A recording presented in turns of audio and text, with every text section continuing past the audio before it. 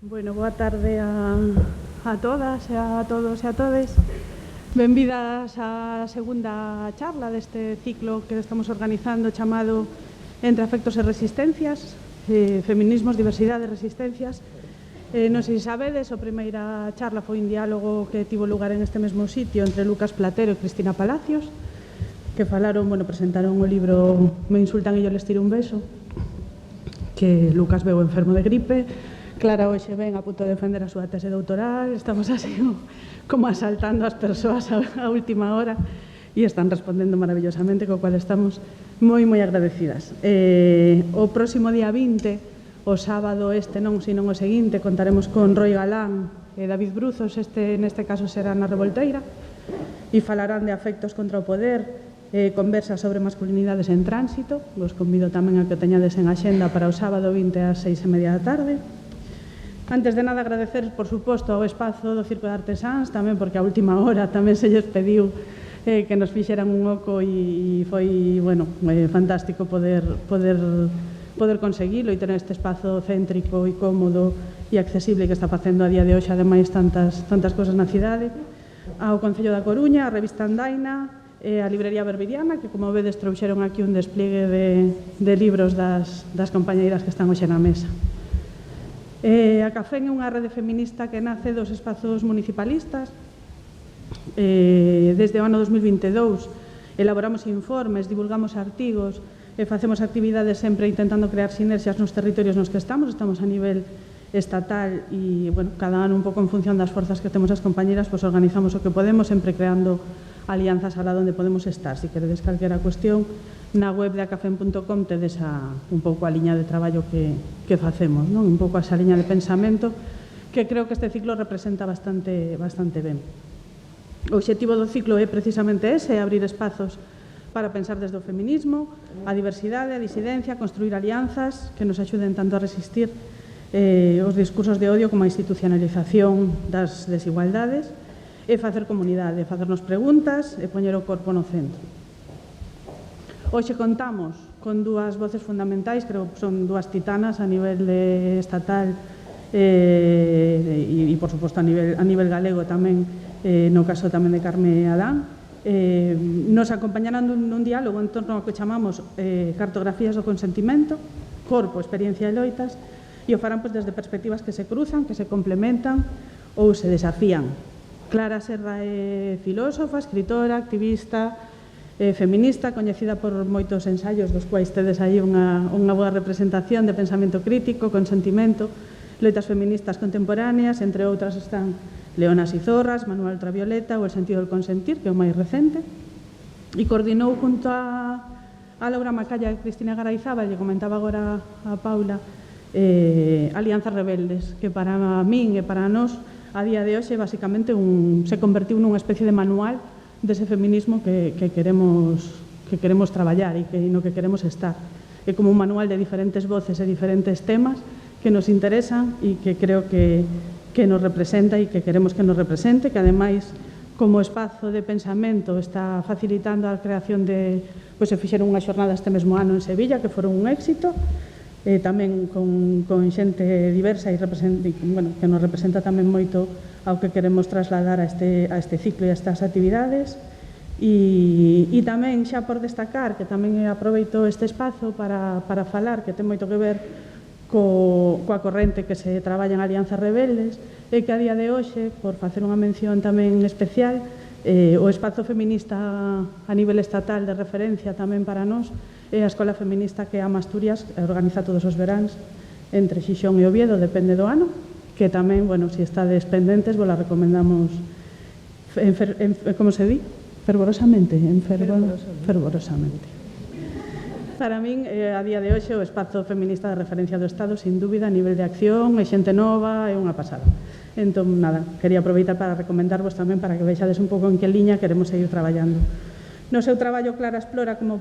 Clara normalmente está nesas xornadas tamén, por eso enlazar aí un pouco este tema. No seu traballo, Clara explora como poder atravesar os afectos, os corpos, as relacións, e propón unha mirada radicalmente política do desexo e do consentimento. Pola súa parte, Carme Adán tamén é filósofa, investigadora e activista, desenvolveu parte da súa traxectoria analizando o corpo como espazo de experiencia e resistencia, cunha perspectiva que dialoga con autoras como Donna Haraway, pero tamén do territorio da memoria feminista galega. Pois falábamos de que ten aí un proxecto pensar moito nesa memoria feminista galega que é tan importante nestes tempos. É autora de múltiples ensaios como Feminismo e coñecemento da experiencia das mulleres ao cibor, o feminicidio, unha nova orde patriarcal en tempos de submisión. Foi secretaria xeral de Igualdade, é unha pensadora comprometida coa xustiza, co cuidado e coa palabra que transforma, co cual, bueno, pois, moitas grazas ás dúas, un orgullo estar aquí sentada con vos e tervos na nosa cidade. Neste diálogo, agora xa tomarán elas a palabra, cartografías do consentimento, corpo, experiencia e loitas. É un intento de trazar eses mapas, recoñecer lugares, conflictos, apertura, bueno, un pouco o que o seu diálogo entre elas vaya xurdindo. Así que, pola miña parte, agradecervos e agradecerlle especialmente a elas a presencia e nada máis, xa vos deixo con elas, que a que me estes a ver e eu me vais a disfrutar do voso diálogo.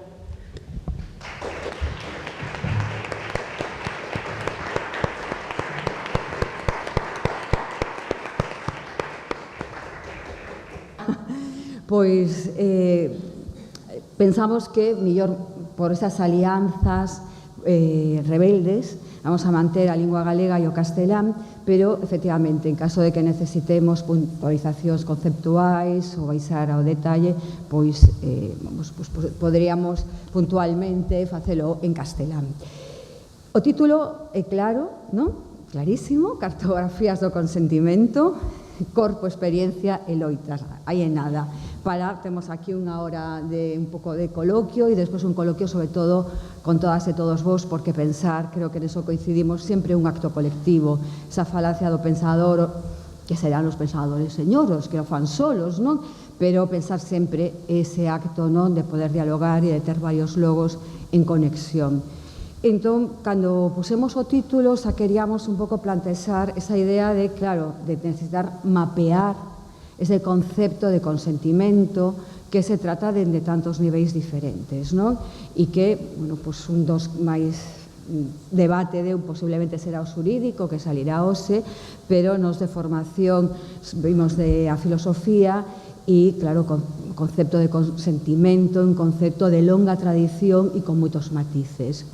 Lle pusemos esta idea de corpo, experiencia e loitas, igual podemos deixar loitas para o final, non? E comezar por algo así, decíamos, de onde estamos no feminismo, porque falamos moito, a propia Rocío acaba de dicilo, poñer o corpo, que significa, non? Eso de esa propia, non? Simone Weil, desde os seus primeiros escritos de xuventude, falar de como poñer ese corpo, como entendemos hoxe que o feminismo está, que queremos decir con esa expresión, por que utilizamos o concepto de experiencia para falar de consentimento, que é un concepto tamén esquecido e debatido no feminismo, e entón, si sabe por onde vamos a comenzar, por que ocorre nos debates feministas. Perdimos un pouco realmente o debatir, traer ideas e poñelas en riba da mesa. Pensade que o feminismo se caracterizou por debatir moitos conceptos e, por exemplo, no Estado español, tendo en conta que, por un lado, obvia que existe feminismos nas nacións, como é o caso de Galiza, e non deso falaba Rocío antes, de recuperar esa memoria do feminismo galego, pero, por exemplo, tamén elimina outras líneas de debate. Para nos anos 90 había un debate moi importante sobre o feminismo da igualdade e feminismo da diferencia, donde fundamentalmente o feminismo da diferencia, era o feminismo francés, o feminismo italiano, esa anulación teórica o do debate que non se lle deu ni tan siquiera presencia ni nos cursos de igualdade, ni nos máster, ni cando nos achegamos a historia do feminismo parece que non existen, pois igual nos situaría onde tú comenzas co teu libro sobre o consentimento, que solamente collemos unha trasectoria, que é a trasectoria, unha das trasectorias anglosaxonas, non? Porque Butler justamente aí non estaría, ou, bueno, pues, autoras como Donna Haraway tampouco estarían en esa tradición, ou moitas das epistemólogas, Linda Alcoff, que ten moi traballado tamén o tema da violencia. Entón, empezaríamos por aí.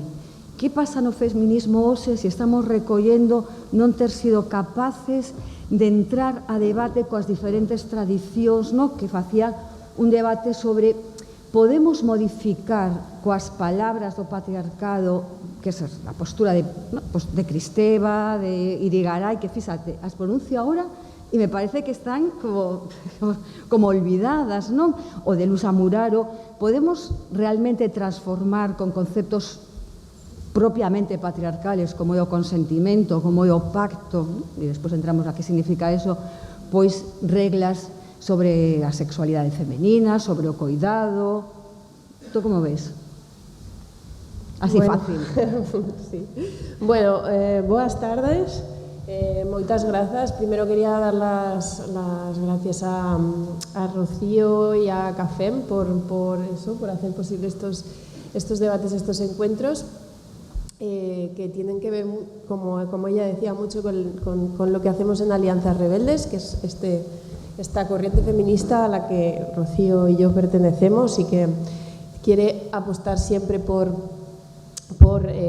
abrir una serie de debates. Creo que también Carme Adán es una persona, digamos, muy significativa en este sentido, o sea, como con una tradición feminista y una genealogía feminista y una perspectiva feminista muy rica, muy profunda, muy comprometida con pensar, que creo que es lo que es súper importante también para quienes también hacemos política, ¿no? Y hemos hecho política institucional, no dejar nunca de pensar en el feminismo. Y has empezado por esta pregunta, que no siempre es tan fácil cuando se hace política, ¿verdad? Y sin embargo, por las prisas y por la simplificación perversa que muchas veces tienen la propia lógica de la política, y creo que es súper importante reivindicar que siempre el feminismo siempre ha sido un espacio de pensamiento rebelde, y no debe ser otra cosa y no puede ser otra cosa, ¿no?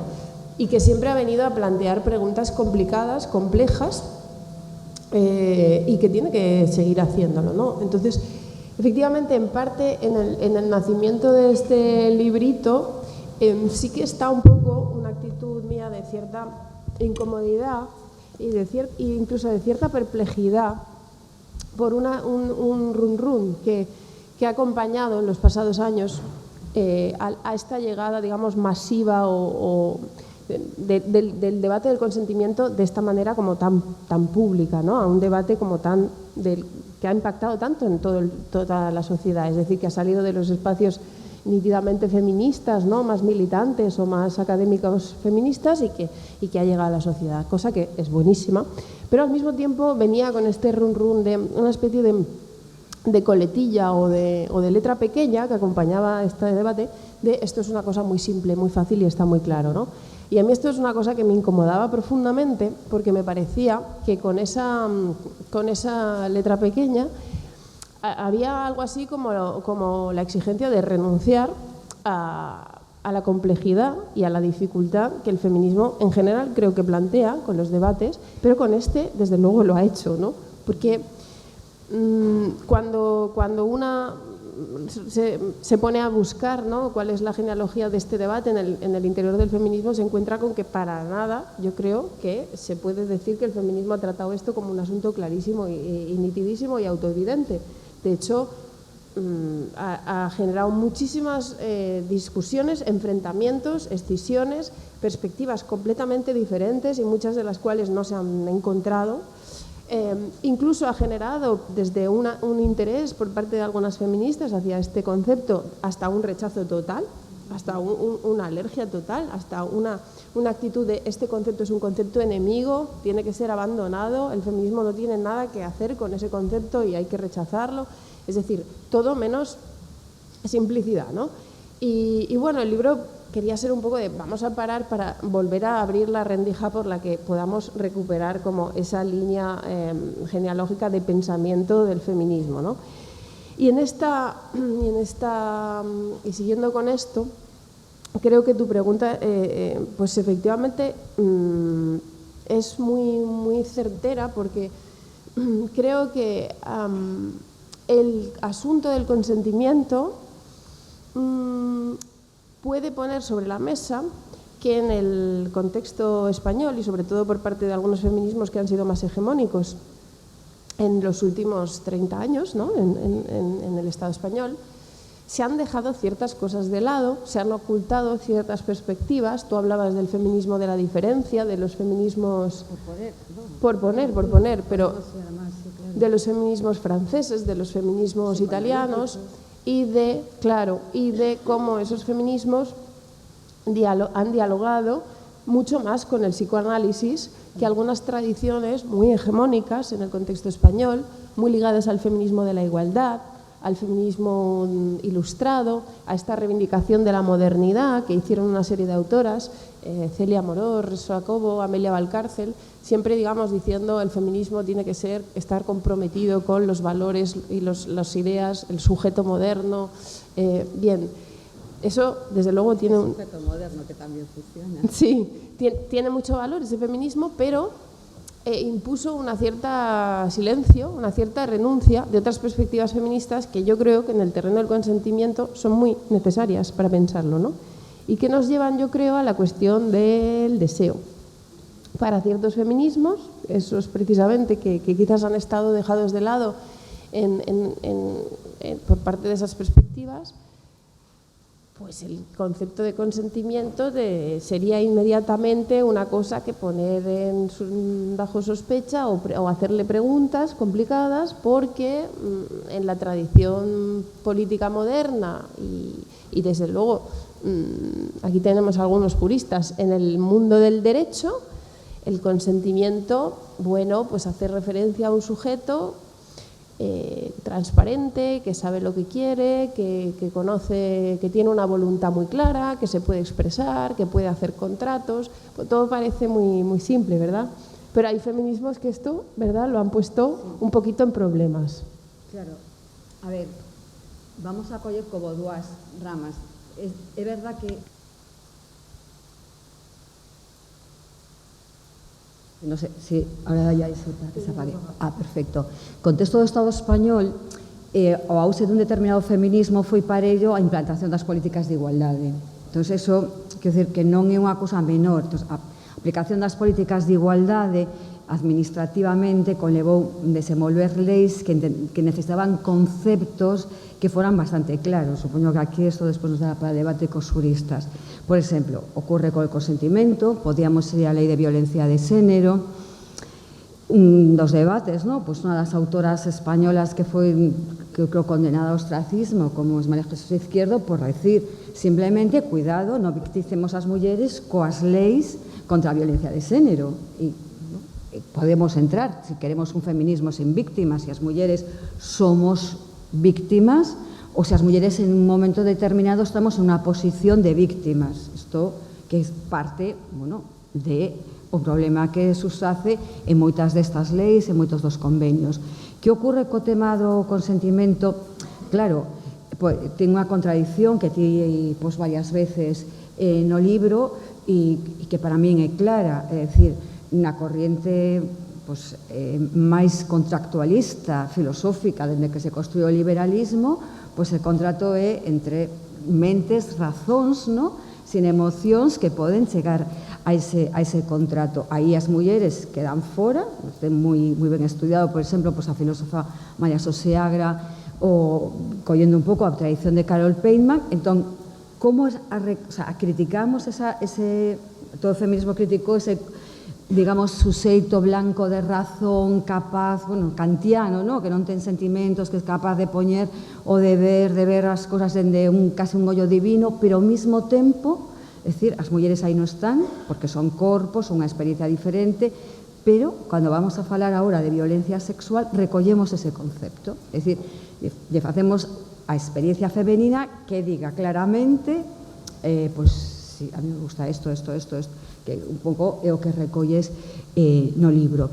E eu creo que aí, claro, o problema é temos poucos vimbios na nosa tradición, ou fundamentalmente, senón, isto é para debatir, na que levamos traballados os últimos anos a nivel académico sobre o desexo.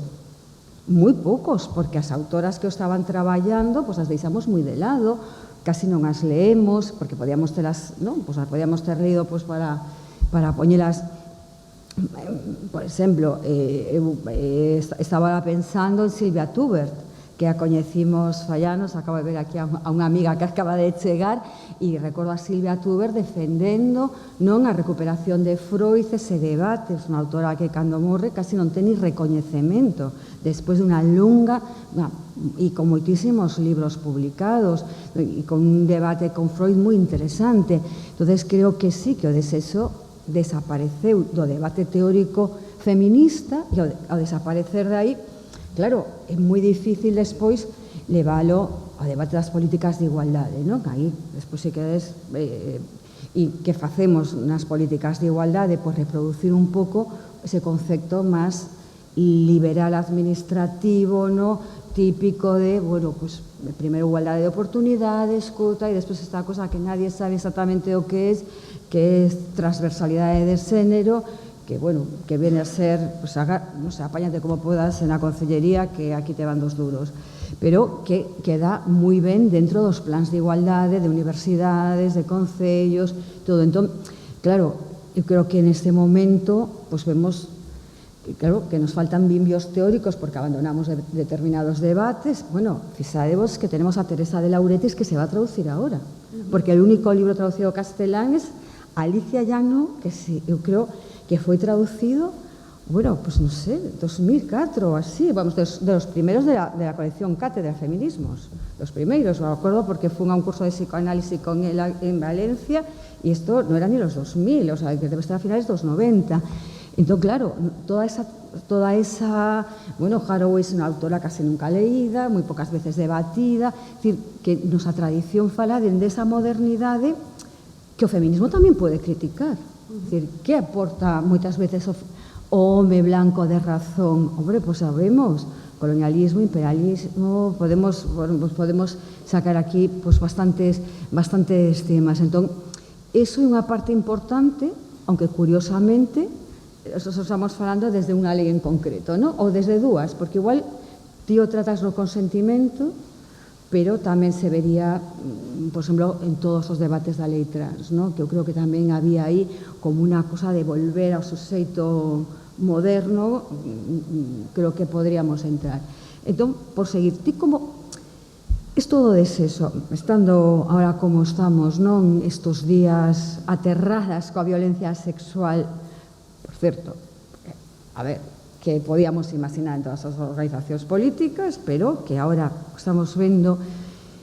Realmente, os debates que se deron sobre o consentimento, ti crees que fortaleceron a decisión das mozas, a capacidade, a liberdade sexual, ou se están convertindo nunha trampa? Como ves este? Porque, claro, todo o tempo vemos, por un lado, a necesidade de cada vez máis punitivismo, ¿no? Que tamén isto nos dá para outro debate, ¿no? E as mozas hoxe, non? Efectivamente teñen máis bimbios que outras xeracións a hora de poder diferenciar, como foi unha destas autoras que ti recolles, Clotilde Leguil, entre ceder e consentir. O sea, porque ceder e consentir tamén, ¿no? O sea, podíamos facer a diseccionar, ¿no? Dos conceptos fronterizos.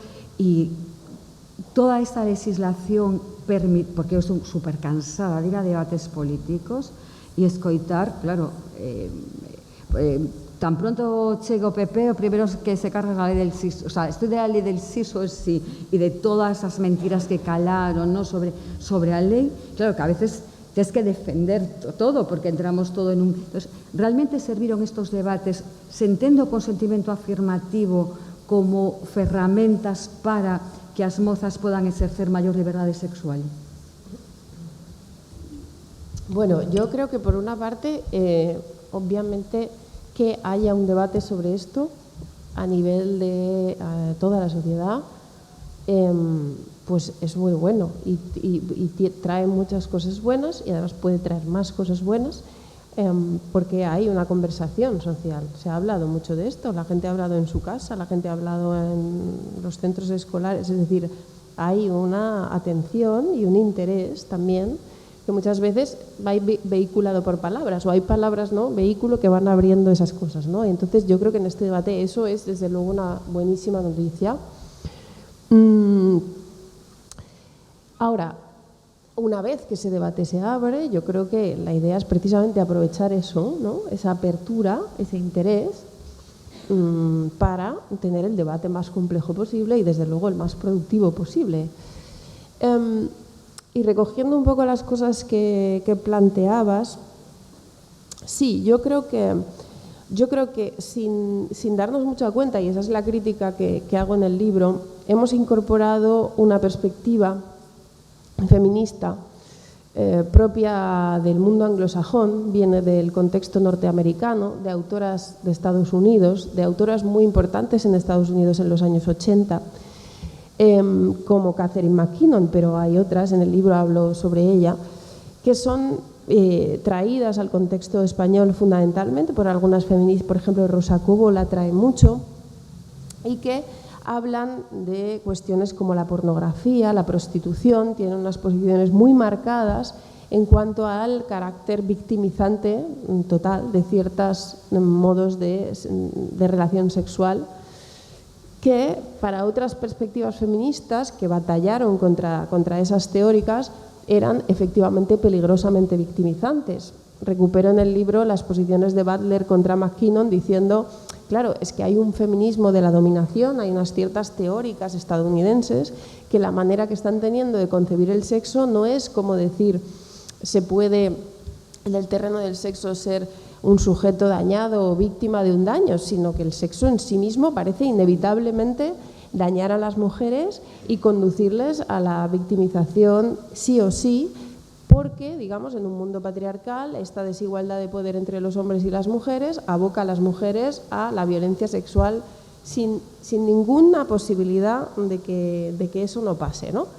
Claro, esta manera de ver el sexo como un peligro, como un permanente peligro, pues tiene el enorme riesgo de conducir hacia una política que la única opción que ve es proteger a las mujeres de ese peligro y por tanto que emprende, digamos, una vía absolutamente proteccionista, paternalista muchas veces en sus propuestas políticas de, sobre todo, proteger a las mujeres de la sexualidad misma, porque claro, esto es lo que otras autoras han criticado, no de ciertas violencias que en el terreno sexual pueden aparecer como en otros terrenos, pero desde luego también en el sexo, sino del sexo mismo.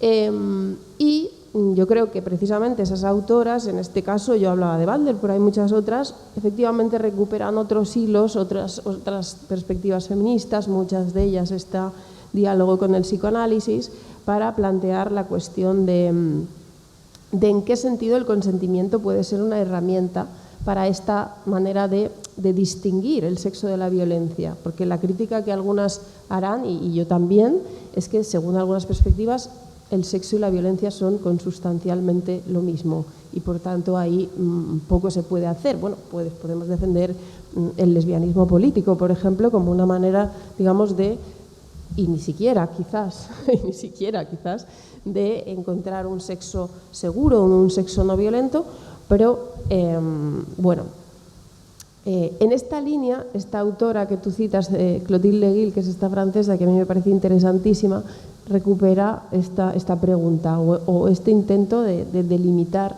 ceder no es consentir. Ceder no es consentir es un lema que ha sido muy importante en el contexto francés. Ya desde los años 70-80 es utilizado por algunas feministas para decir el problema que tiene el feminismo con el concepto de consentimiento es que parece demasiado vinculado al de ceder, ¿no? Podríamos decir que, y seguramente que lo entendemos, podríamos decir que nos puede producir una incomodidad, ¿no? Porque, ¿qué quiere decir consentir? Pues consentir a veces, por cómo lo utilizamos, parece que quiere decir pues aceptar, sí, aceptar, permitir ¿no? Dejar a otro hacer algo. Claro, una tradición feminista, yo creo que con mucha razón, dice, bueno, pero ¿es esto a lo que aspira el feminismo a la hora de pensar el sexo y las relaciones sexuales? Nada más que acceder. Evidentemente aquí podemos plantear debates sobre y cuando tu novio te insiste infinitamente con que quiere tener sexo y tú al final tienes sexo, ¿eso es consentir? Y si es consentir, ¿es esto a lo que aspiramos? ¿Solamente a consentir? Es este marco, digamos, en el que se interroga esta palabra como una palabra, pues parece pues muy insuficiente, ¿no?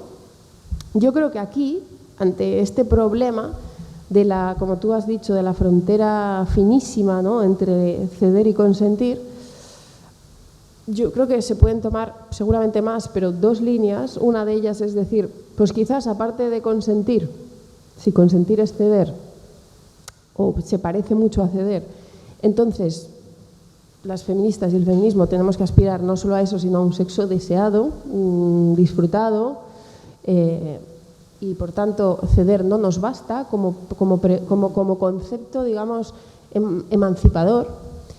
Y hay otra línea, yo creo, que ha emprendido el camino de resignificar el concepto de consentimiento para hacer que signifique otra cosa, algo que ya implique una especie de deseo entusiasta y profundo del sujeto, ¿no? Yo esto es lo que identifico que es el consentimiento positivo. O sea, creo que el consentimiento positivo y estas nuevas maneras de hablar del consentimiento, esta manera de hablar en términos de sí o de sí entusiasta, tienen que ver precisamente con una transformación de la palabra que implica que efectivamente ahora consentir tiene que querer decir más cosas que lo que consentir ha sido en el terreno, yo creo, que del derecho. Yo creo que en el derecho consentir nunca ha sido necesariamente desear una cosa, ¿no? Bueno, aquí hay seguramente personas que podrían ir más fino, ¿no?, al tema del derecho, pero creo, claro, que hay como dos planos diferentes. Por un lado, se puede regular o deseso, que esa é a pregunta, ¿no?, que se fai. Claro, isto podemos, pues non sei se podemos regular todos os espazos íntimos e os vínculos, ¿no? Es decir, pedimos a veces cosas ao dereito que, ¿por qué? Tamén, pues, moi movidas por esa visión que temos dende as políticas públicas. É dicir, é certo que o feito de que a sucesión de gobernos vaya modificando cosas fai que se confíen máis nas leis, ¿no?, que en servizos públicos, pero, claro, creo que os procesos de concienciación son máis simplemente que regulacións legislativas, ¿no? Son moito máis complexos. Entón, cando estaba relendo estos días o teu libro e me venía así unha destas frases de ¿y que pasa con toda esta onda de o poder do coño? Donde o situamos, ¿no? É dicir, como situamos, por exemplo, como se analiza, ¿no?, pues a autoras ou cantantes, banalizamos eso de decir, bueno, pues a sexualidade tamén ten es unha perspectiva feminista, pois, fagamos ese debate. Temos que victimizar sempre as mulleres, e dicir, no, estás equivocada, no, porque estamos vivindo, ¿no?, pues un momento onde parece que hai un feminismo que dice, estáis equivocadas, ¿no? O sea, a mí me dixeron tamén en un debate a mediodía, estás equivocada porque solamente se puede ser abolicionista si ser feminista. Y digo, hombre, a ver, esto es una cosa que dita así queda un pouco que hai que ir un pouco máis a debullar. Entón, o problema é, eu creo que non é tan fácil resignificar que o consentimento. É dicir, aí nos sitúa sempre en unha lógica que ti o vas poñendo no libro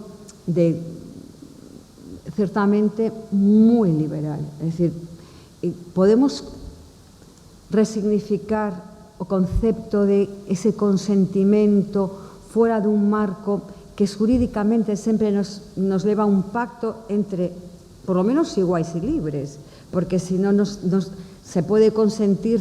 E que significa estar en unha posición de igualdade ou de liberdade? Claro, aquí non E moitas americanas parten da idea de que sempre, o sea, vamos, que a política sexual é o que domina. Entonces, bueno, pues efectivamente as mulleres nunca son libres nas súas relaciones sexuais. Entón, partindo desa hipótese, claro, o Estado simplemente o que ten que facer é regular completamente toda relación sexual. Claro, isto como levamos a práctica en unha lógica, vamos a decir, entre aspas, máis europea, con moitísimos máis matices ao respecto. Bueno, incluso, pues eso, vamos a coller as italianas, ¿no? Desde cuando ellas dicen, pues a librería de Milán, pensemos o sexo dende as mulleres, pensemos dende as nosas corporeidades de forma diferente, cales son as experiencias femeninas. No momento do libro, e además como sei que hai xente de dereito aquí, claro, nos plantea o consentimento, podemos pensar un consentimento contextualizado. Claro, sei que os juristas todos coitan e despois de las sentencias acabamos de ver e todo así. Vamos a contextualizar. O feminismo ten moitas das súas posicións epistemolóxicas dende necesitamos contextualizar.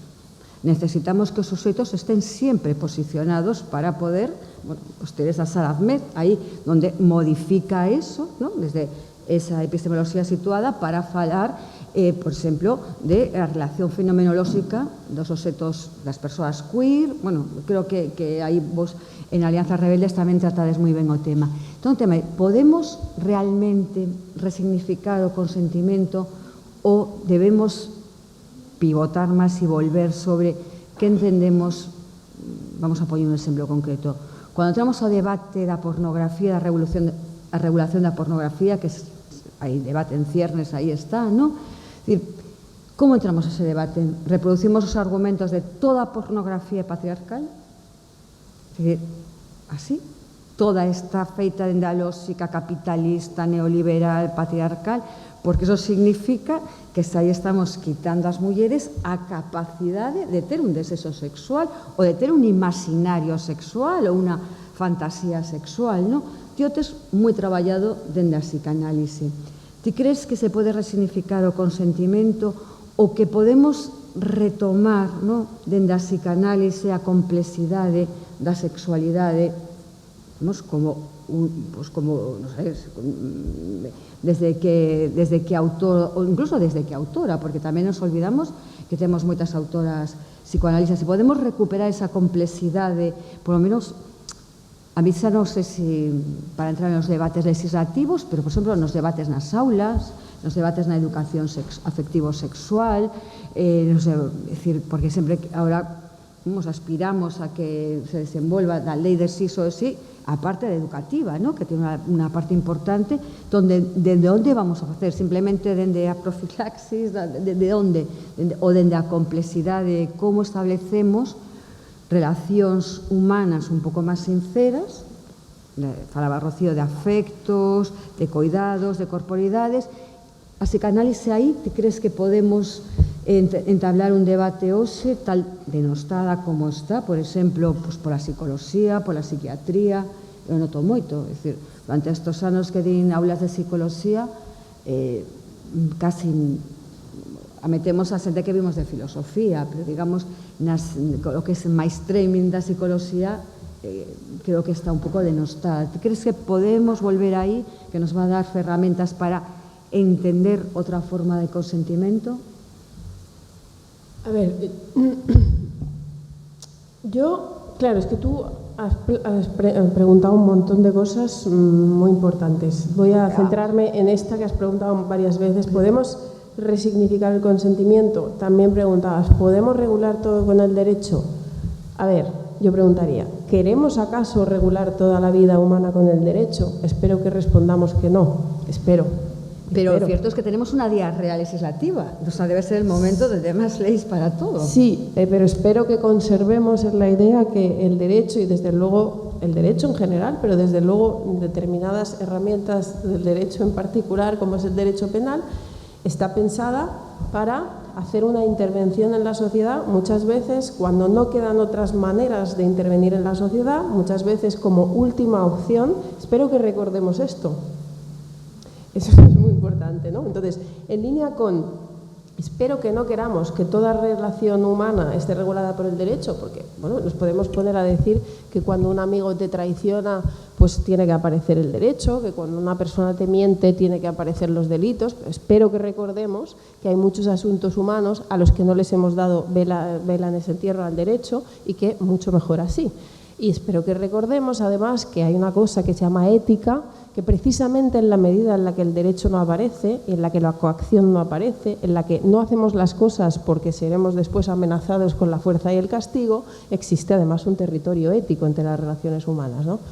Recordando todas estas cosas, contestaría a la pregunta que hacías de ¿podemos resignificar el consentimiento para que signifique todo eso que quizás en el feminismo queremos plantear, ¿no?, sobre las relaciones humanas? Hay gente que piensa que sí, hay gente que piensa que estirando el sentido de esta palabra, engrosando su significado, ampliando sus márgenes, digamos, cargándola de un montón de significado, a mi juicio, convirtiéndola un poco en una palabra mágica, va a ser una palabra que nos va a prometer pues no solo un sexo seguro o no violento, sino un sexo maravilloso con los demás. Entonces, si resignificamos la palabra de consentimiento y ahora hacemos que consentir sea pues una cosa interna, íntima del sujeto, algo que nos conecta con el sentimiento del otro, algo que garantiza el placer del otro, la felicidad del otro, el deseo del otro, pues entonces decir que queremos relaciones sexuales consentidas será además tener relaciones sexuales que aspiramos, que me parece muy bien,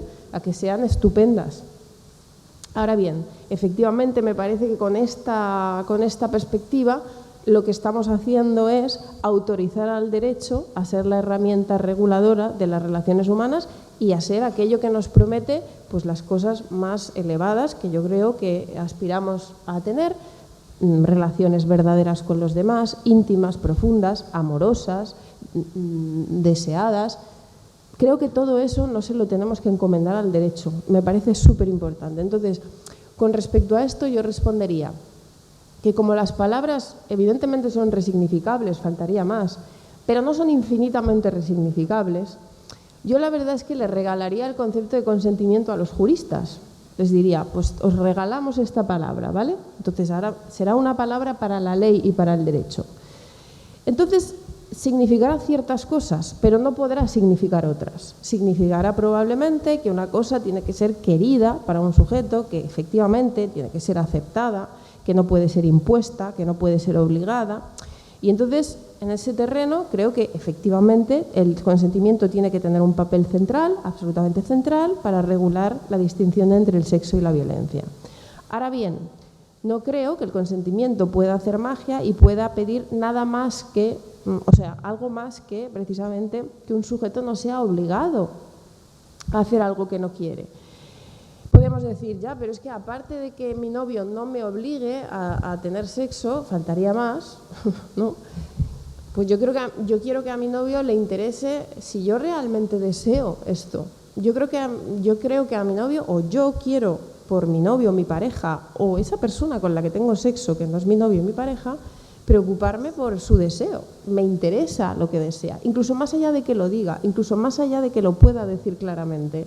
Es una cuestión ética, que más allá de que el otro acepte algo, a ti te preocupe si lo desea. Pero de nuevo, me parece que esto es el escenario de la ética sexual. Entonces, es la diferencia que trato todo el rato de hacer en el libro, ¿no? Yo creo que tenemos que, en un contexto en el que el feminismo, como tú todo el rato señalas, accede a la política institucional, a la elaboración de leyes, me parece súper peligroso que el lenguaje del movimiento feminista y del feminismo sea el lenguaje meramente jurídico.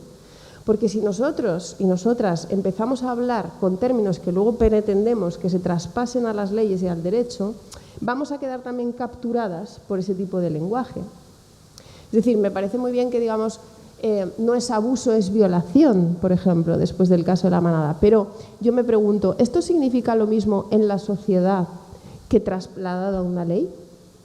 Es decir, ¿no podría ser que en la ley abuso se refiera a un delito, que por cierto tiene 9 años de penas, y agresión sexual se refiere a otro delito, con una diferencia técnica, jurídica, que los expertos en derecho pueden explicar, y que, sin embargo, agresión sexual, violación, signifique muchas más cosas para nosotras en el mundo de las relaciones sociales, ¿no?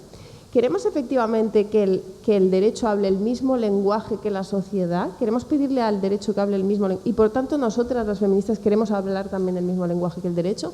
¿O a veces el lenguaje tiene sus propios términos técnicos y nosotras tenemos evidentemente que aspirar a mucho más que lo que quiere el derecho? Yo creo que efectivamente el feminismo tiene que reivindicar el deseo femenino, el placer femenino infinitamente olvidado en la tradición patriarcal, no diría occidental, patriarcal, en la historia. Creo que tiene que decir que efectivamente las mujeres tienen derecho a interrogarse por su deseo, por su placer, por sus fantasías, y que eso ha sido olvidado.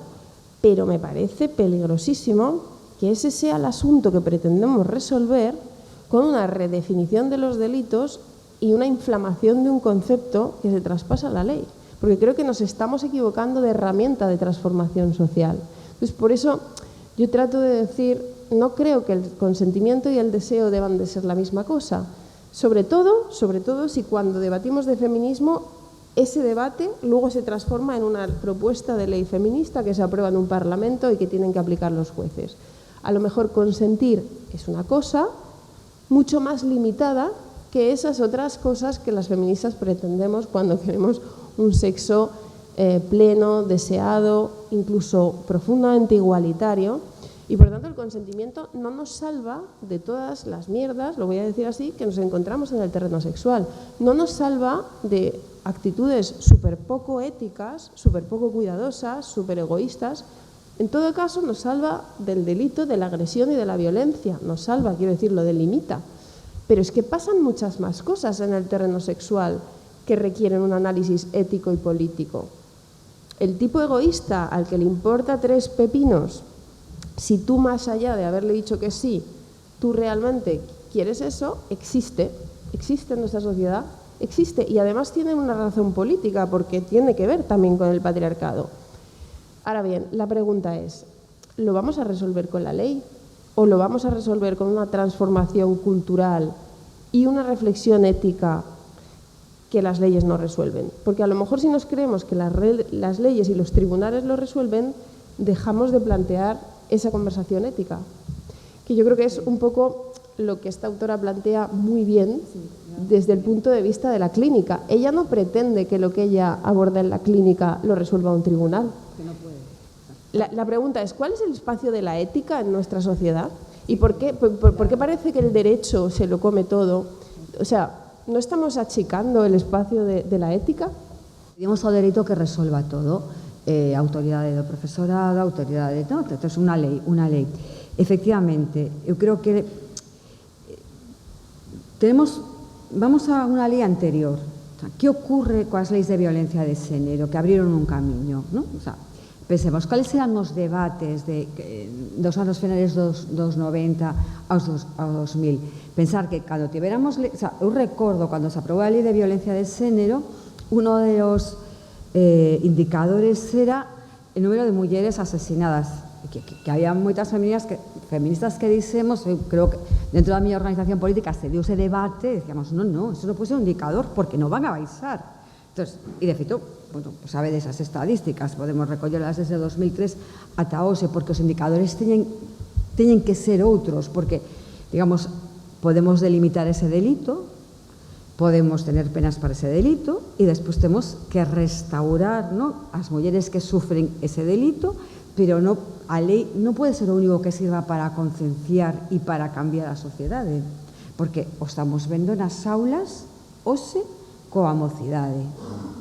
Non sabemos se eso está creando. Hai un texto de Haraway que sempre recuerdo que dice, es que non sabemos cales son os mecanismos de crear conciencia. O sea, vamos, debates hubo no 19 a respecto de eso. Como creamos a conciencia feminista na rapazada, como entenden que pode... Entón, claro, que pasa? Que dentro das políticas públicas se entendeu que o dereito era como, por lo menos esto sale en el BOE, o algo así, ¿no? Entonces, claro, ahí dices, está en el BOE, pues está en el DOGA, y parece que eso te daba como una especie de tranquilidade ante a dificultade tremenda que ten pois eso, cambiar determinada... Por exemplo, que o tema da sexualidade é un temazo, pero claro, e de los menos, creo que se debatiu moitísimo máis nos anos 80, 90, que posteriormente, cando as políticas de igualdade se instalan, empezamos a falar en términos de educación afectivo-sexual, pero non da sexualidade, como se deron moitos desos debates. Que pasa coa sexualidade femenina, que pasa co desexo femenino, que pasa co desexo das mozas, e ahora eu escoito moitas veces nos obradoiros sobre a pornografía e tal. Non, es que as mozas tamén sofren pornografía e os mozos se impoñen tal. O sea, simplificamos moitísimo.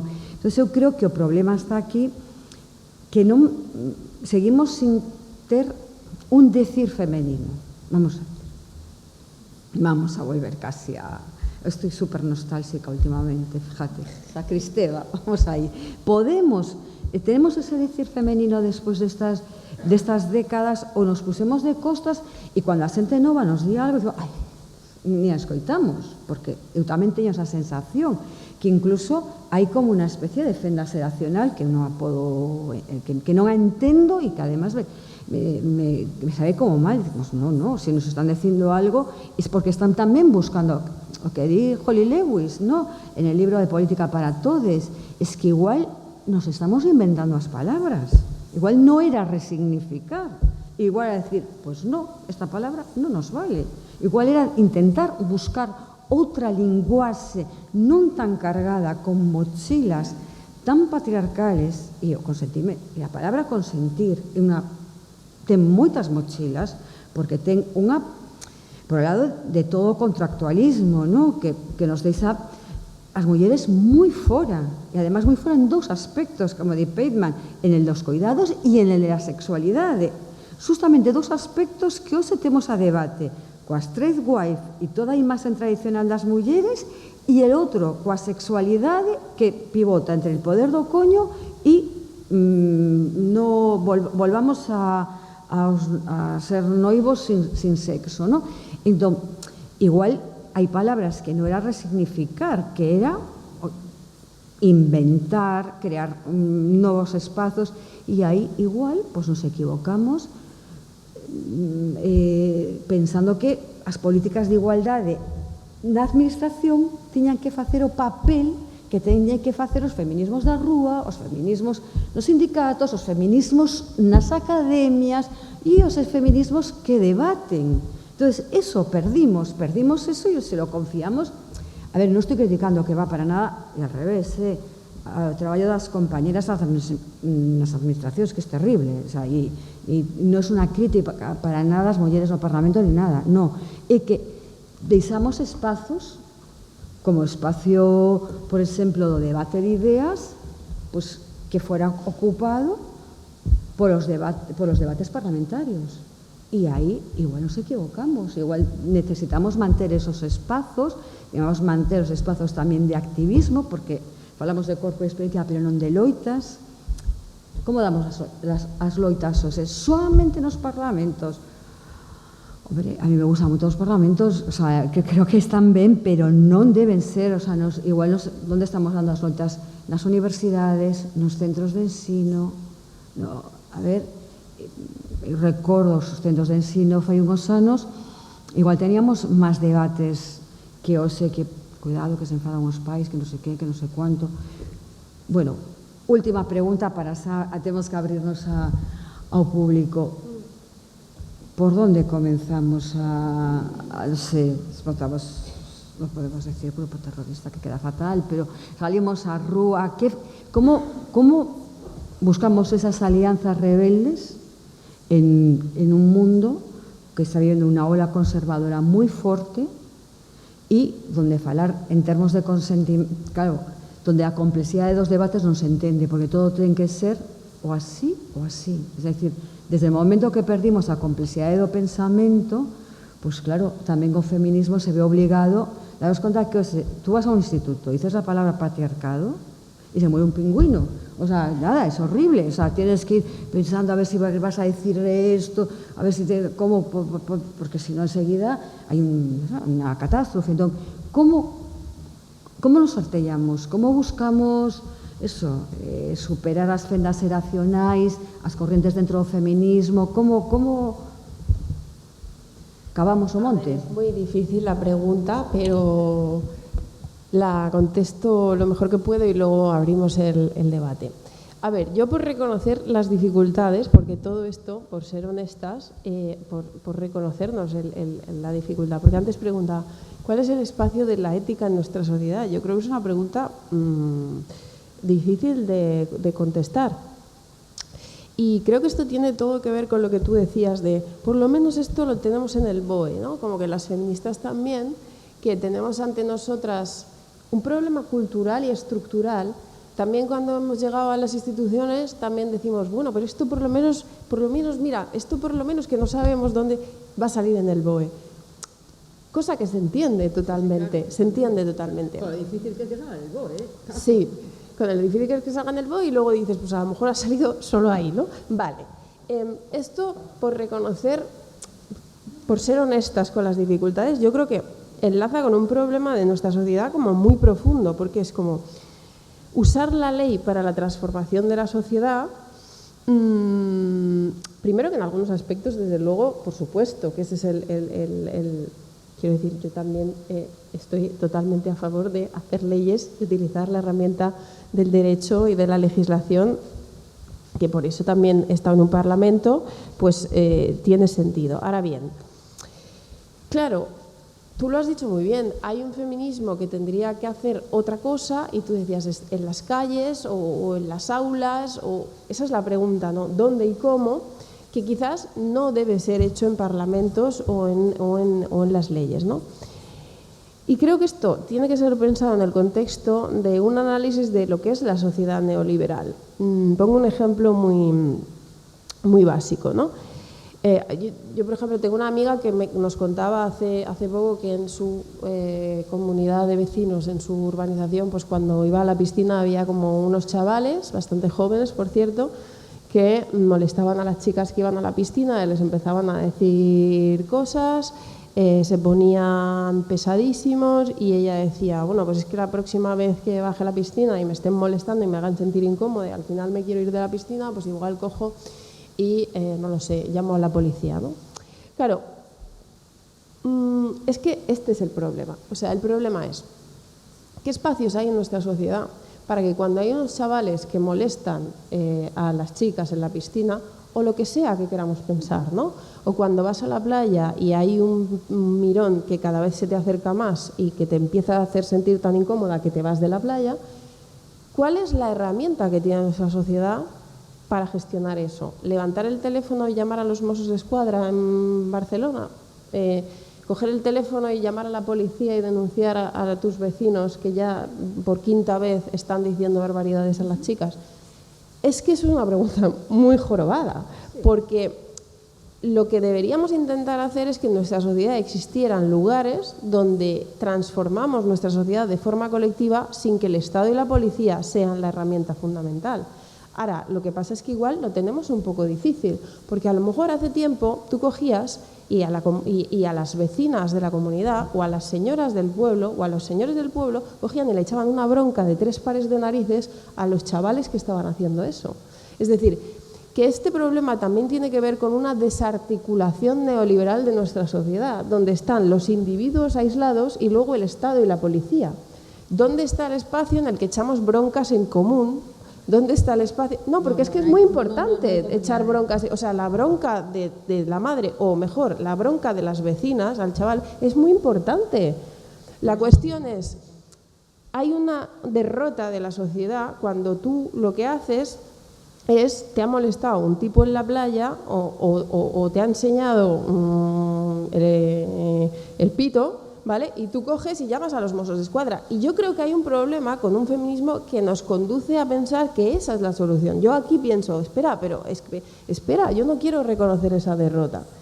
Porque, primero, una sociedad que se entiende a sí misma como potencialmente transformable, creo que en principio, y salvo que estemos hablando de una agresión tal, vamos, cuando me ha pasado eso, tiendo a ir y decirle, me estás molestando, ¿vale? Puedes no ser tú misma la que tienes que ir a decirle al tipo me estás molestando. Pues igual tenemos que ir unas cuantas a decirle no se estás molestando. Pero ¿dónde están todos esos intermedios de una sociedad antes de la derrota que implica que los individuos se relacionan entre sí llamando a la policía? Es decir, que cuando tu vecino te pone la música a las 5 de la noche, en vez de coger, bajar y decirle a tu vecino que por favor baje la música porque te tienes que levantar, coges el teléfono y llamas a la policía. Porque me parece una sociedad que está derrotada en algún sentido, fragmentada, absolutamente dividida. Y el feminismo tiene que luchar contra eso. Entonces, por eso la pregunta de cuál es el espacio ético implica también el espacio colectivo de transformación, ¿no? ¿Puedo decir una cosina? A ver, creo que aquí o problema está en que el feminismo, de alguna forma, asumimos tamén o individuo como medida de todas as cousas. Entonces, en tanto que se asume, non hai comunidade. O sea, e eu sei que creo que é unha sociedade derrotada.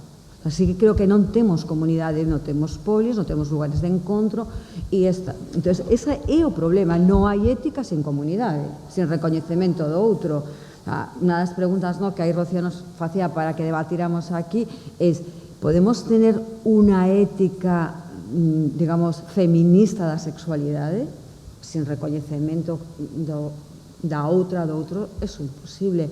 E os conceptos éticos, son conceptos que inexorablemente te levan ao dereito, sempre. É dicir, non están para nada nunca en a aposta en común, en recoñecemento do outro. Entón, claro, creo que vivimos unha sociedade, a ver, con unha dificultade, unha carencia ética terrible, e entendemos por ética eso, denunciar inmediatamente, é dicir, entonces, bueno, eso é unha parte importante. O curioso é que tamén como feministas claudicáramos ante a derrota do comunitario, pero non podemos seguir falando, a ver. Pensade que eu traía apuntado para comenzar, porque o 7 de decembro de 1857 sei que se dá a primeira folga de mulleres en Coruña, é dicir, histórica, e que nunca aparece como unha das primeiras, non, a primeira do Estado, pero unha das primeiras de Europa, e tenía máis comunidade que hoxe, cando incluso nesas loitas arteradas dende o sindicalismo. Entonces, a veces tamén igual temos que mirar moito máis atrás, que estas 3 últimas décadas. Hola, boa noite. A min gustaríame traer unha serie que vin e que me deixou moi, que me fixo francesarme moitas cousas, que Querer, de Alauda Ruiz de Azua. Aí dime de conta que tal vez o silencio do feminismo destos últimos anos estaba moi en paralelo, moi en acordo co silencio nas casas, co silencio nos domicilios, respecto ao que estaba pasando. A institución do matrimonio, unha institución patriarcal, unha institución fascista, non me vou entender, no que a muller tiña unhas limitacións moi claras, tan claras que os fillos podíamos estar ao marxe de calquera cousa que pasaba cos nosos pais, nun ámbito tan importante como era a súa propia relación, a relación sexual. Quero decir, a Lauda plantexa que ceder e consentir non nos sirven, porque pode ser o mismo e pode ser utilizado perfectamente e legalmente en contra de calquera argumentación dunha persona que é abusada durante tantos anos. E ao mesmo tempo plantexa que tal vez isto que fala Clara de vindicar esta ética sexual e de falala, igual hai que facelo aí dentro das casas, nun contexto íntimo, porque do mesmo modo hai unha especie de saída optimizadora, porque os rapaces, os fillos, vanse dando conta, un antes e outro despois, de que aquelo era un abuso, era a violación, efectivamente, inda que non fora reconocido legalmente así. Pareceme unha perspectiva moi interesante bueno, simplemente, pues, bueno, non sei, recordala e por si xurde que querades decir algo. Gracias.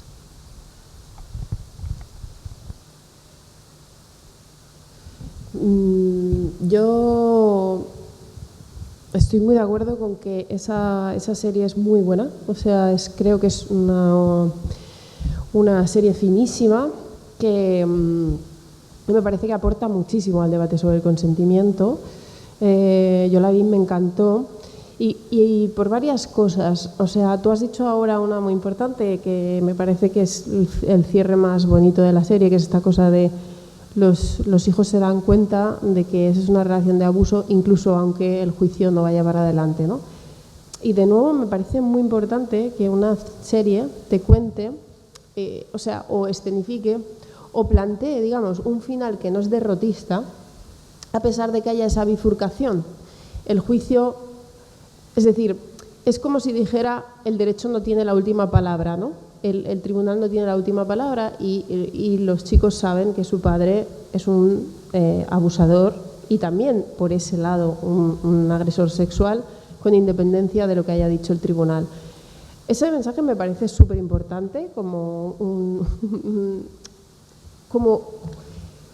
que creo que precisamente cuando se bifurca el derecho de esta cuestión, de esta otra cuestión, hay que entender también las limitaciones de la herramienta jurídica y del derecho, ¿no?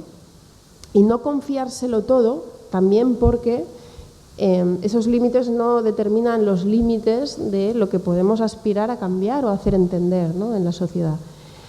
Y luego me parece una película buenísima, bueno, una serie buenísima, porque creo que pone que lleva a las tensiones esta distinción que yo defiendo en el libro, que es esta distinción entre poder y violencia, ¿no? Que yo digo, claro, si no queremos caer en una invalidación total del consentimiento, tenemos que considerar que la violencia y el poder no es lo mismo. La violencia es eso que el consentimiento deja fuera, o sea, se anulan mutuamente. Cuando hay violencia no hay consentimiento y, por tanto, efectivamente el consentimiento delimita bien lo que es lo que llamamos violencia sexual, pero no puedes considerar que toda forma de desigualdad o de poder, no sé, una relación entre dos personas de diferentes edades también está atravesada por el poder, que eso ya vicia el consentimiento de la parte, digamos, subalterna, digamos, en términos de poder, porque entonces no vamos a encontrar manera de legitimar relaciones sexuales entre hombres y mujeres, pero también entre gente más rica y más pobre, entre diferentes clases, en fin.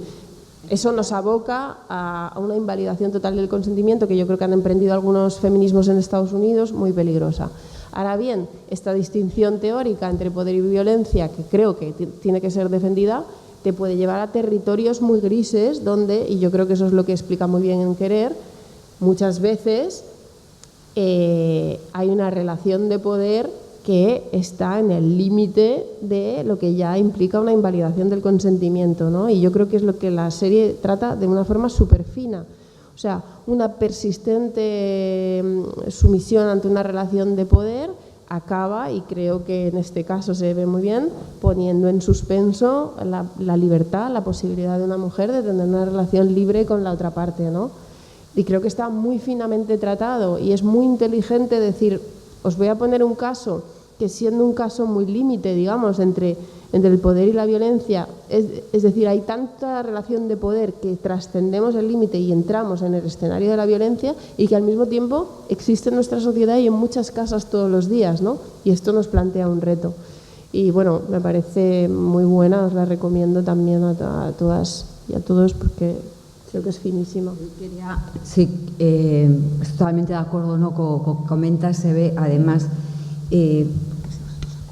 se ve perfectamente algo que tamén fai referencia esta psicoanalista en sus terapias, no, que é o silencio dela durante toda a serie. Por aportar algo máis, recomendo vos, tamén dentro da nosa realidade, fai unha semana un medio de moita difusión en Galicia, un xornal, saca unha entrevista con un home que sale, digamos, ben de un suizo de unha compañeira que da súa sobriña que o denunciou por violacións reiteradas na infancia. Entón, podedes ver a entrevista del, porque claro, en ese espacio difuso do dereito, pois sin ética profesional se le dá ahora, despois de que sale, digamos, isto que se sabe a sentenza, pois lle dá un espacio aí. Como ela falou, está en un podcast de unha terapeuta como Emai, emprendísima, pois recomendo que escoitedes para que podades escoitar a voz dela. Fai unhos meses que o fixo no Congreso en Pontevedra de Pinto e Maragota, solamente onde ela fala dos abusos sexuais na infancia e onde ela tamén fala dos silencios e da dificultade de trasladar a un suizo lo que son, de falar de eses abusos, que neste caso non entraría o tema do consentimento, porque estamos falando na infancia e na adolescencia, que sabemos que aí o suxeito que non consentir necesitamos maioría de idade, e tamén os recomendo porque enlaza moi ben con esa situación de onde como dereito se queda curto para poder constituir proba de algo que se considera que non hai feitos constatables, que o que ocorran querer e o que, ela relata moi ben guiada pola terapeuta en este podcast. Bueno, que eu quería facer unha reflexión sobre a posibilidade de repensar o desexo, que me parece importantísima e moi urxente, pero tamén pensar en que condicións sociais e políticas estamos agora para repensar o desexo, tendo en conta que, por un lado, falo do desexo heterosexual, vale? Estamos falando do patriarcado e de como repensar o desexo heterosexual nun momento en que, por un lado, están estas correntes de celibato conservador, por un lado, e despois, por outro lado, tamén está esta outra corrente que tamén é para ter en conta que lle chaman agora así heteropesimismo, no sentido de non sei se me deixaron de interesar os homes porque despois de moito tempo intentando construir algo, un desexo sano con eles, etcétera, etcétera, te das un montón de veces contra un muro e non hai maneira e tiras a toalla, entón acabas nesta posición de heteropesimismo. E diste, claro, parece que son cousas diferentes completamente, o celibato conservador unha especie de abstinencia terapéutica que te pos para protexerte dun estado de cousas onde parece que é imposible encontrar un compañeiro sexual que queira repensar o desexo contigo, sabes, que este realmente aberto a iso, que non sexa un egoísta, que teña ética, que non sexa machista, quero dicir que é moi complicado, que as condicións agora mesmo sociais e políticas son complicadas para, non digo que non haxa que facelo e hai que facelo, pero que é complicado, que non as condicións de arredor, con esta perda de tecido social, con esta que a calquera por pedir calquera cousa ou por querer moita volta a bioloxización do sexo, como que o sexo é algo biolóxico que sempre é así e xa está, non hai nada que pensar, non hai que falar del, non hai que cuestionalo, ou a mínima que intentas falar algo diso xa te chaman intensa, xa te desvalorizan, xa te colocan nunha situación de buf, esta me raya. Bueno, e chego hasta aquí porque conseguí entrecruzar todo isto, pero que tiña que ver tamén co do desexo e co do consentimento, non? A min como que me parecía super interesante esta perspectiva que se nomeaba antes das ferramentas como algo colectivo, non? Porque creo que si queremos pensar tamén noutras dinámicas como de politización ou de repensar certos conceptos, penso moito nos activismos, non?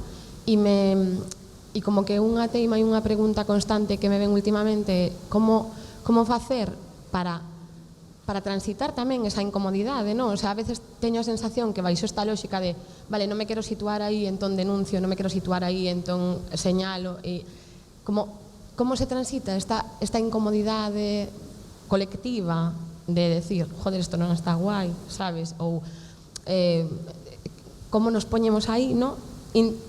Como aceptando a incomodidade e sin entrar no punitivismo, pero tampouco caer, que me parece que é algo que ademais nos espacios de activismo político de esquerdas pasa moito, sin caer na trampa dos coidados, que últimamente parece que aos feminismos nos ven todo o rato de volta, que cando señalas algún tipo de comportamento de xeito humorista, o sea, xa non digo en plan juicio porque non nos interesa, o sea, porque eu tamén considero que non nos interesa, pero incluso de xeito humorístico ou de xeito non amable, pero porque ao mellor non temos que ser sempre amables, non? Como facemos para non entrar nesa lógica punitivista constantemente, pero para non caer todo o rato en que se che devolva un rollo de non nos estáis cuidando, estamos aprendiendo, non nos estáis cuidando, e es como, hostia, la responsabilidade desta movida, non? Entón, a mí me parece super interesante cando o debate se sae desa lógica do dereito, porque creo que ao final, cando convivimos e poñemos os corpos nos espacios de feminismo, nos atopamos constantemente con eso, e es como, tronco, non te voy a denunciar, pero estás siendo un tarao, sabes? Entón, é como, para min aí, como que me parece super relevante este debate de ferramentas, este debate da colectividade, este debate de, joder, pois as veciñas nos temos que posicionar e as compañeiras temos que falar, e que as veciñas lle boten unhas broncas a eses cativos non significa que sexan peña condenada ao ostracismo, nin chavales que non se merezan formar parte desa colectividade ou desa sociedade ou desa piscina nese caso, non? O sea, ti podes ser un compañeiro que formas parte dun espazo activista e que te mereces formar parte dese espazo, pero que se che poida decir algo, non? O sea, para min, como que me gustaría coñecer como a perspectiva de todo isto. Eu tiña dúas dúbidas, e unha era un pouco por onde tirou a compañeira, que unha vez vemos o dereito non soamente como algo que non é o noso eido, senón que non é desexável porque fortalece o Estado, porque non repara, porque perpetúa outras violencias, etc. Como podemos, unha vez lle damos a noción de consentimento a este espazo, traballar as nosas propias violencias, non? É dicer, evitar todo iso que dixo a compañeira. E logo, a outra cuestión era que no caso específico do SO sí e sí, sí que penso que houve como unha violencia política e mediática moi grande que impediu ás compañeiras que representaban esa postura realmente amosar o marco teórico desde o que facían, non? Porque eu sí que moitas veces, escoitando nomeadamente a Irene Montero, como que me movían dúas perspectivas. Por unha banda, non é non porque as mulleres non temos a xencia para dicer non, mas pola outra banda sí é un sí entusiasta que nos permita limitar cando ese sí pasa a ser non, non? Entón, teño un pouco a dúbida de como vedes vos, mas tamén todas, esa questón de desde onde xorde este posicionamento, porque a mí me parece que xorde desde dúas posturas antagónicas, unha, a negazón da xencia da muller, e por outra banda como a positividade absoluta de podemos afirmar e non somente afirmamos, sino que facemos como de forma alegre e con desexo e centralizando isto. Bueno, como son fáciles todas las preguntas, nos quedan 2 minutos, o sea que resumimos. Bueno, no sé, doy y después... Sí, a ver, bueno, la primera pregunta la resumiría en que lo tenemos muy chungo, estoy de acuerdo, o sea, está chungo.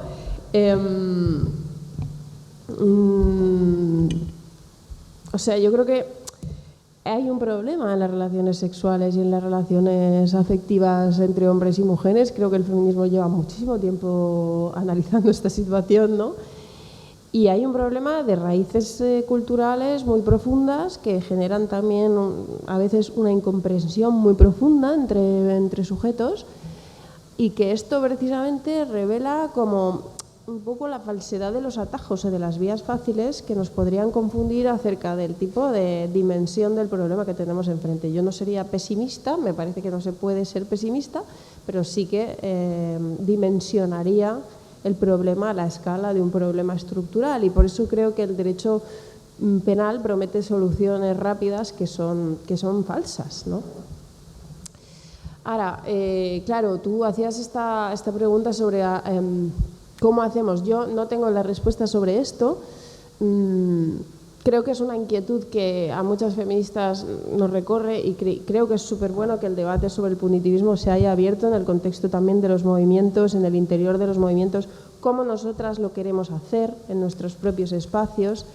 Yo creo que no tenemos una respuesta y hay que construirla entre todas. Ya sé que esto parece una respuesta pues muy fácil, pero realmente lo creo.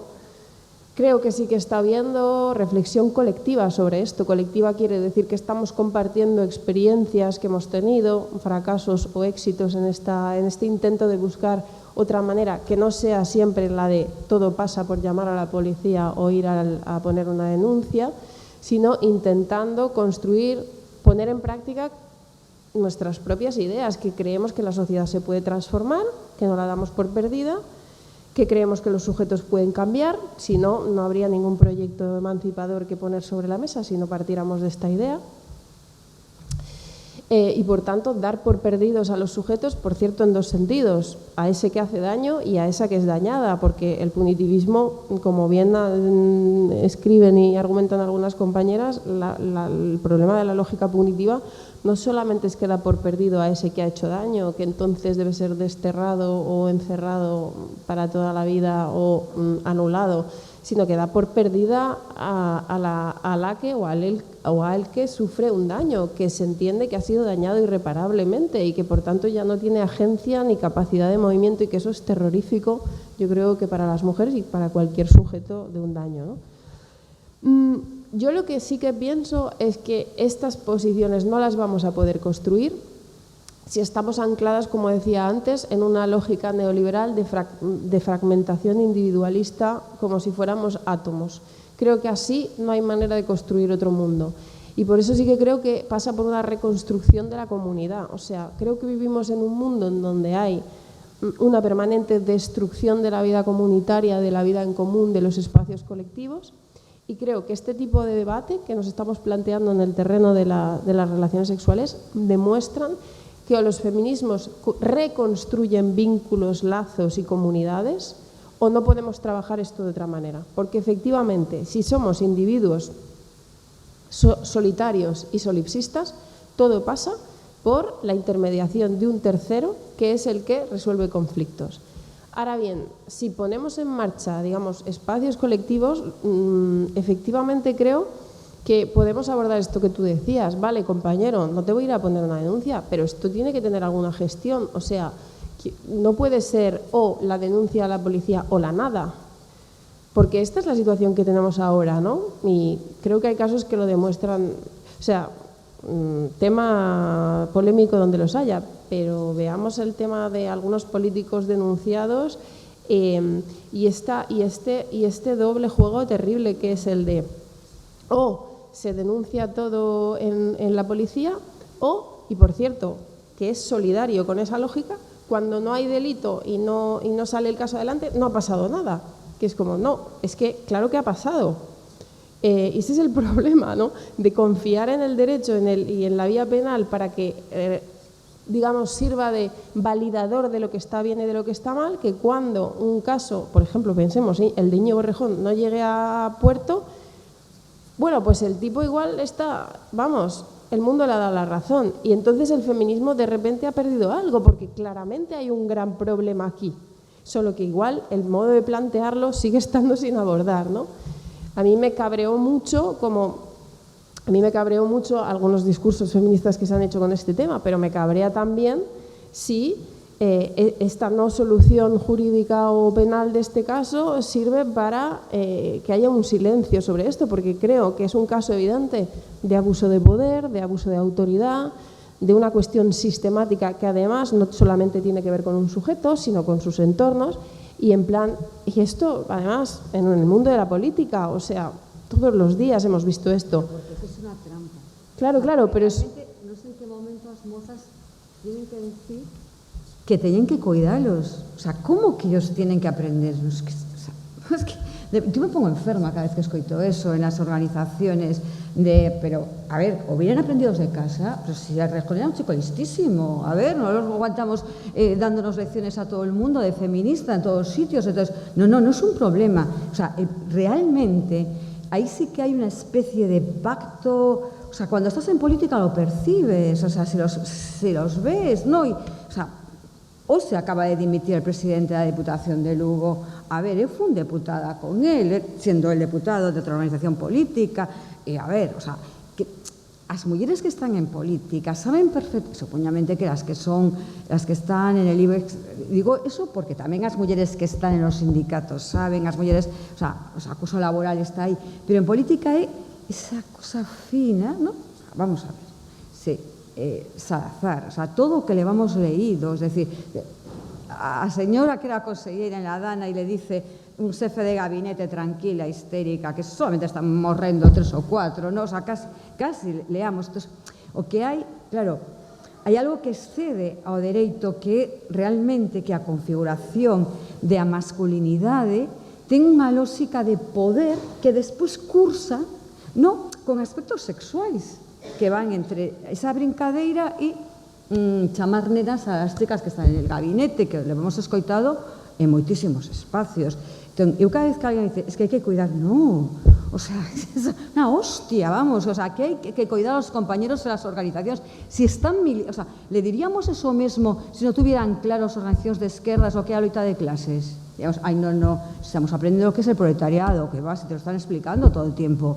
Es decir, a ver, quiero decir que claro, que ya llega un momento que cando escoito eso dentro, pues me pongo, o sea, de verdad, o sea, pero al borde que me dé algo, porque digo, no, le vamos, o sea, eu son, a ver, sacas entrando en la tercera edad, te lo he escoitado a los meus compañeros de organización que se están poniendo las pilas, pero ¿qué es? Es decir, esto é a realidade. Entonces, eu creo, mozas, no nada, que vengan aprendidos de casa, y si no, que vuelvan a las suyas. Y tampoco que sean as nais que rían cine, o sea, que no sé, que, a ver, no aprendieron tantas cousas. Es decir, que tenemos ahí verdaderamente un problema. Yo no creo que sea un problema de heteropesimismo siquiera.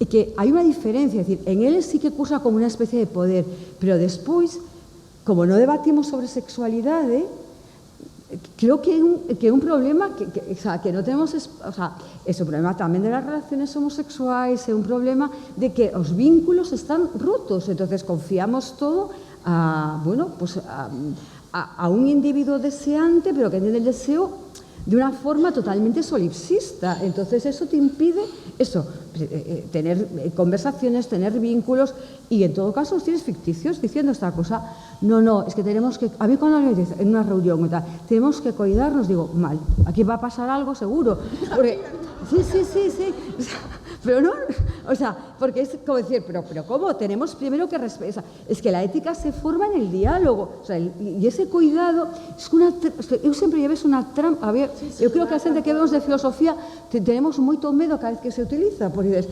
o cuidado, o sea, si no hay ética, no puede haber después ética do cuidado, es que necesitas un reconocimiento a otro como un igual, y si lo reconoces como un igual, eso no lo vas a dañar, o sea, non sei, a mí isto me pone un pouco nerviosa.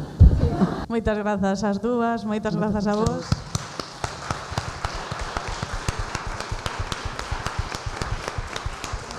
E vémonos o día 20 na Revolteira, 6:30.